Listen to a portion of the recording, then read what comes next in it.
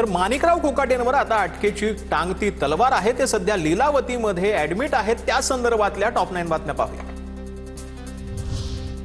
सदनिका गैरव्यवहार प्रकरणी माणिकराव कोकाटेंची खाती काढली। कोकाटेंनी राजीनामा अजित पवारांकडे सुपूर्द केल्याची माहिती। मुख्यमंत्र्यांना अद्याप कोकाटेंचा राजीनामा प्राप्त नाही। कोकाटेंची खाती काढण्याची मुख्यमंत्र्यांची शिफारस राज्यपालांकडून मान्य। कोकाटेंजवळची खाती अजित पवारांकडे, कोकाटेंना मंत्रिमंडळातून हाकलून द्या, विरोधकांची मागणी। माणिकराव कोकाटेंच्या अडचणी वाढणार, कोणत्याही क्षणी अटकेची शक्यता। हायकोर्टाकडून शिक्षेच्या स्थगितीच्या याचिकेवर तातडीने सुनावणीस नकार।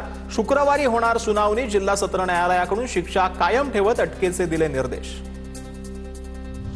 खातं काढलं तरी कोकाटे मंत्री आहेत। फडणवीसांनी कोकाटेंना मंत्रिमंडळातून बडतर्फ केलं पाहिजे, अंबादास दानवेंची मागणी। तर खातं काढून घेतल्यावर माणिकराव कोकाटेंना अटक होईल अशी अपेक्षा।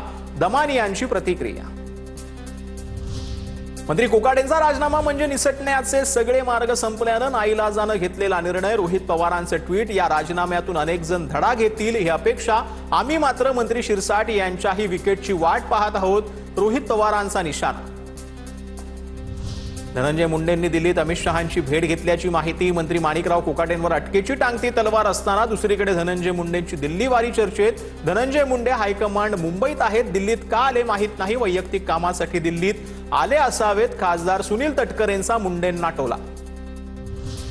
अमित शहांच्या भेटीवरती धनंजय मुंडेंचं स्पष्टीकरण। मतदारसंघातील एका कारखान्यासंदर्भात आणि ज्योतिर्लिंगासंदर्भात तीर्थस्थळाच्या केंद्र सरकारच्या प्रसाद योजनेमध्ये समावेश करण्याबाबत भेट घेतल्याची ट्विटमधून माहिती। पूर्वनियोजित भेट घेतल्याची ही माहिती। धनंजय मुंडेंना मंत्रिपद मिळत असेल तर 100 वाल्मिक कराड तयार होतील। संतोष देशमुखांचे भाऊ धनंजय देशमुखांचं वक्तव्य। कराडची टोळी राजराश्रयामध्ये कशी होती हे मी उघड करणार, धनंजय देशमुखांचा इशारा। कोर्टाची संवैधानिक कारवाई आहे ती होईल, मात्र त्यांना अपील करण्याचा अधिकार आहे। माणिकराव कोकाटे प्रकरणात चंद्रशेखर बावनकुळेंचं विधान।